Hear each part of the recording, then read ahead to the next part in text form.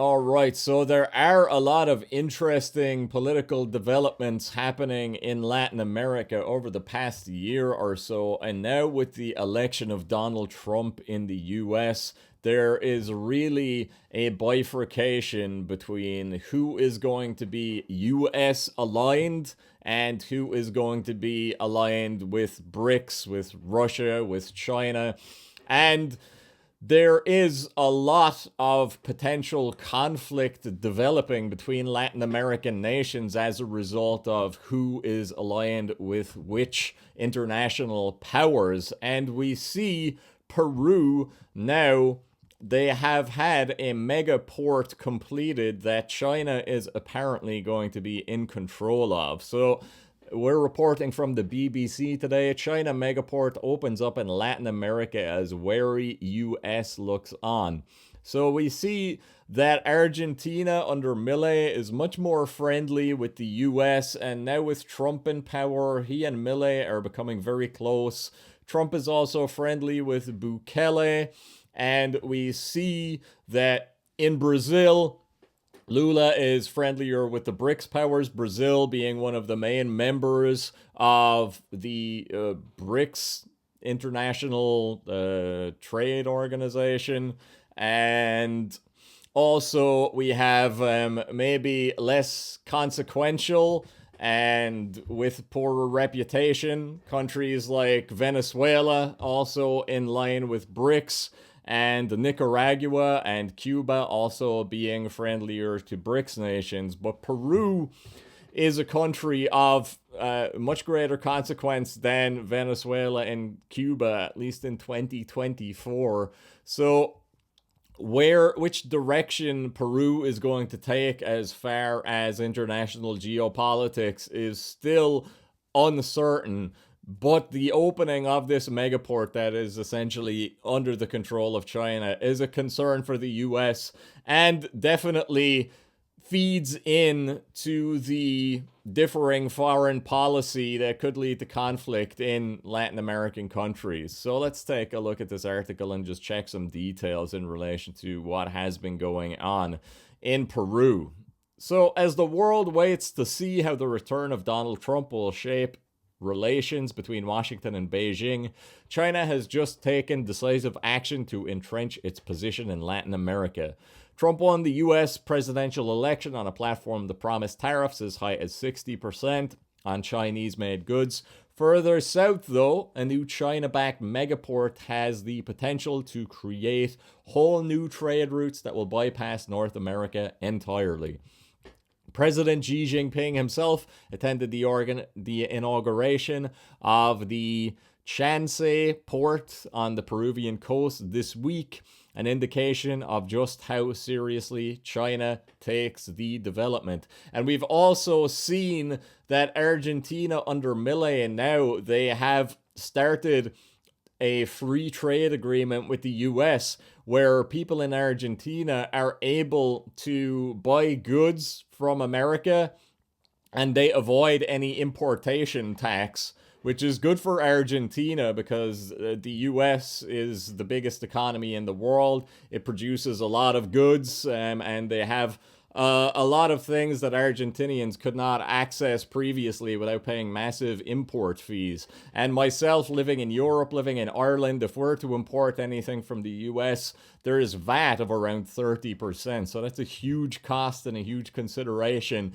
if somebody wants to order something from the US. So Argentinians, things are changing fast in Argentina, and they went from massive import taxes to now having free trade with America, and the limits are only going to rise as far as the cost of goods that can be imported from the US without any additional taxation.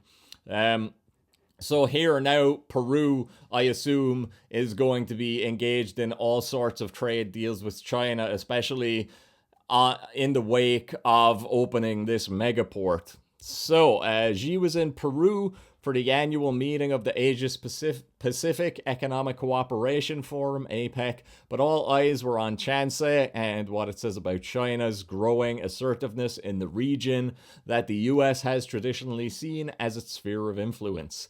As seasoned observers see it, Washington is now paying the price for years of indifference towards its neighbors and their needs. The US has been absent from Latin America for so long, and China has moved in so rapidly that things have really reconfigured in the past decade, says Monica de Boll, Senior Fellow at the Peterson Institute for International Economics in Washington. You have got the backyard of America engaging directly with China, she tells the BBC. That's going to be problematic. And now we've seen Trump has appointed Marco Rubio, who's definitely very interested in what's going on in Latin America, and Rubio is the Secretary of State under Trump. So we could expect the US getting more directly involved in Latin American politics. There's been talk of mass deportations. There's been talk of potential US incursions into Mexico to fight the drug cartels. So there's a lot on the table. There's talk of the Monroe Doctrine being brought back into the fray and becoming something that is more of a consideration going forward, especially with China and Russia being more involved in the running of certain Latin American countries. And now this megaport opening in Peru, this Chinese megaport opening in Peru, that's big news, and it's definitely a concern for the USA. I mean, if the USA was serious about the Monroe Doctrine, this would not have been allowed, but the US has taken a hands-off approach the past couple of generations in relation to a lot of Latin America as a result of all the bad things that their CIA and their intelligence agencies got up to in the region in the past. So there has been a lot of animosity towards America, and there's always been a strong influence from countries like Russia and China, especially within that time over the past 2 generations. So even before it opened, the $3.5 billion project, masterminded by China's state-owned Costco Shipping, has already turned a once sleepy Peruvian fishing town into a logistical powerhouse set to transform the country's economy. China's official Communist Party newspaper, The People's Daily, called it a vindication of China-Peru win-win cooperation. Peru's President Dina Boluarte was similarly enthusiastic, describing the megaport as a nerve center that would provide a point of connection to access the gigantic Asian market. But the implications go far beyond the fortunes of one small Andean nation. Once Chansey is fully up and running, goods from Chile, Ecuador, Colombia, and even Brazil are expected to pass through it on their way to Shanghai and other Asian ports. China has already considerable appetite for the region's exports, including Brazil's soybeans and Chilean copper. Now, this new port will be able to handle larger ships as well as cutting shipping times from 35 to 23 days. So this is really going to affect the relations between the US and Latin American countries, and we see Colombia turning further and further away from the US, especially under Gustavo Petro. And there was talk recently about Colombia potentially vying to become a member of BRICS. So the likelihood of that is uncertain, especially after Venezuela recently got denied or was not supported by Brazil in their attempt to become a member. But Colombia is less of a basket case than Venezuela and would be likely to be admitted to BRICS if they so chose to apply for membership. However, the new port will favor imports as well as exports, as signs grow that an influx of cheap Chinese goods bought online may be undermining domestic industry. Chile and Brazil have scrapped tax exemptions for individual customers on low-value foreign purchases. similar to what we were discussing as far as the US-Argentina free trade deal.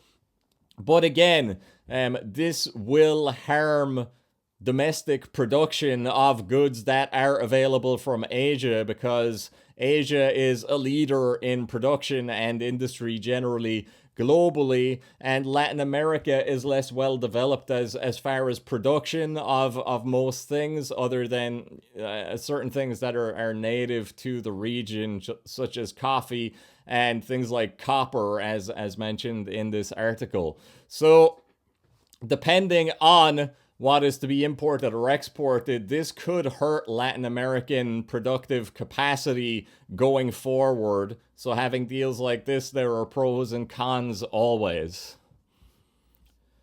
As nervous US military hawks have pointed out, if Chance can accommodate ultra-large container vessels, it can also handle Chinese warships. The most strident warnings have come from General Laura Richardson, who was just retired as Chief of U.S. Southern Command, which covers Latin America and the Caribbean. And we've seen recently as well that Argentina under Milei has opened up access to its ports, opened up access to Argentina for the U.S. military, and it's allowing the US naval vessels to use its ports in Argentina. So this is maybe a counter to the developing relationship between Peru and China, but as of yet, things are still developing. So things are escalating in the region as far as the involvement of foreign powers in Latin America. But it's just something that we'll have to monitor as the situation does develop. She has accused China of playing the long game with its development of dual-use sites and facilities throughout the region, adding that those sites could serve as points of future multi-domain access for the PLA, People's Liberation Army, and strategic naval checkpoints. Even if that prospect never materializes, there is a strong perception that the US is losing ground in Latin America as China forges ahead with its Belt and Road Initiative. Outgoing US President Joe Biden was among the leaders at the APEC summit on his first and last visit to South America during his 4-year term. Media commentators remarked that he cut a diminished figure next to China's Xi.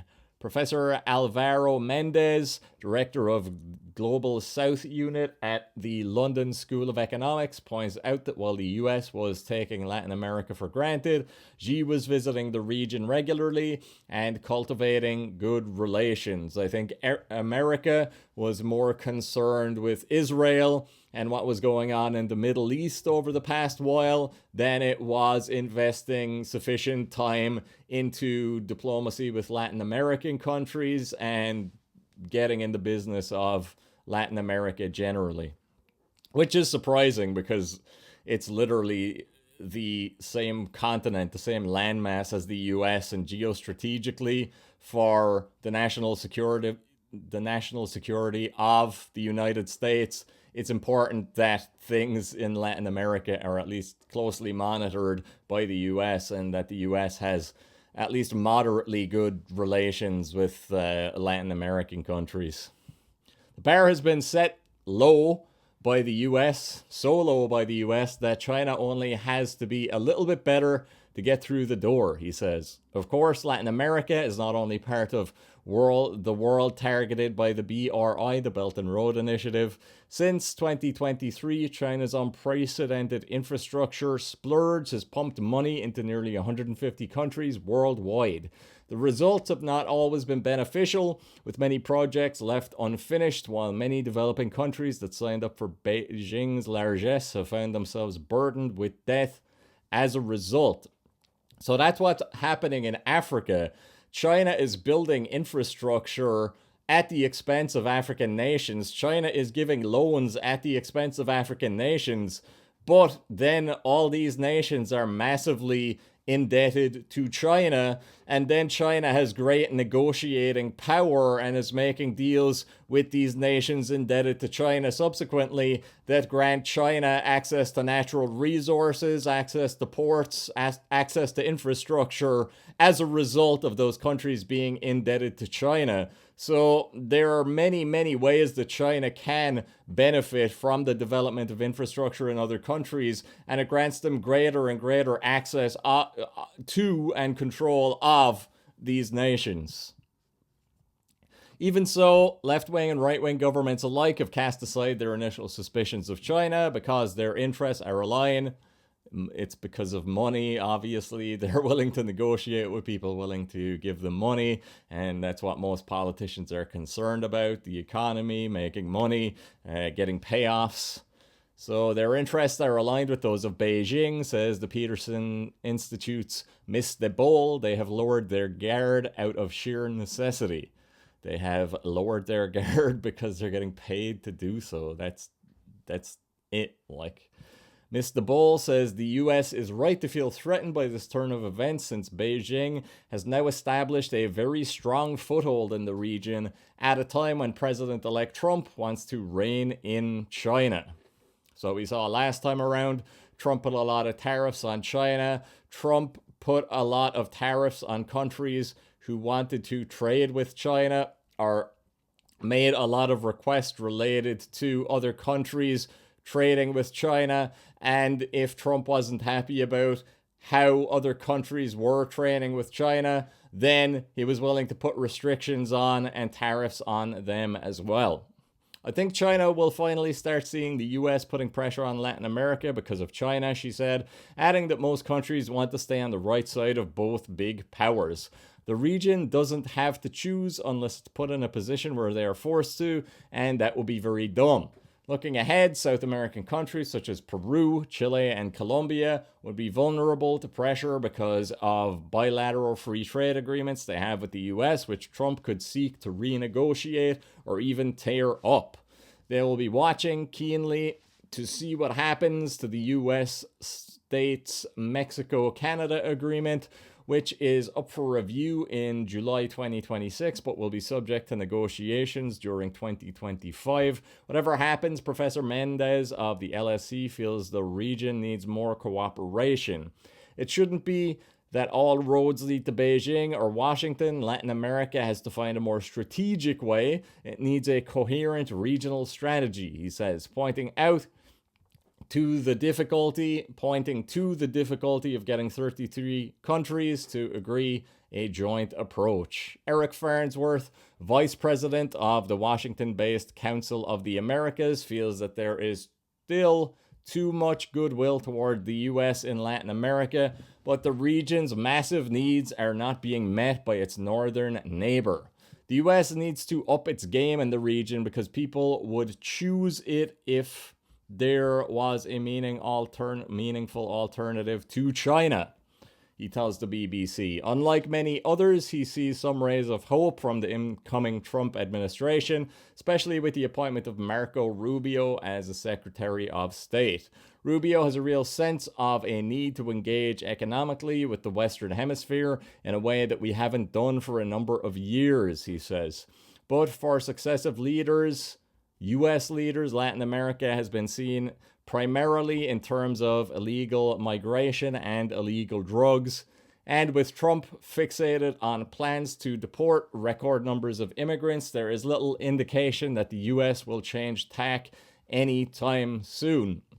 And I don't know about that, because the US is developing relations with Argentina, with El Salvador, with a number of countries that are willing to play ball in the region, and things seem to be such that the US is now becoming a lot more conscious of what's going on in Latin America, and it seems like it was negligent of the US to not be paying close attention to Latin America over the past few generations, and I don't know why it would behave as such, because geostrategically, Latin America is vital to the proper functioning and national security of the US. So like the rest of the world, Latin America is bracing itself for a bumpy 4 years. Not sure what that means, but it's a BBC article, so the bias here is obvious. And if the US and China start a full-blown trade war, the region stands to get caught in the crossfire. So, yeah, I guess we have some interesting developments going on. The bifurcation between BRICS aligned countries and the US Western aligned nations. So, over the next few years, we're going to be seeing which countries in Latin America want to be friendlier with China and Russia, and which countries are going to be more Western aligned and US friendly. So for now, this is No Soy Gringo, just bringing you some relevant news, and I'll talk to you all later. Goodbye.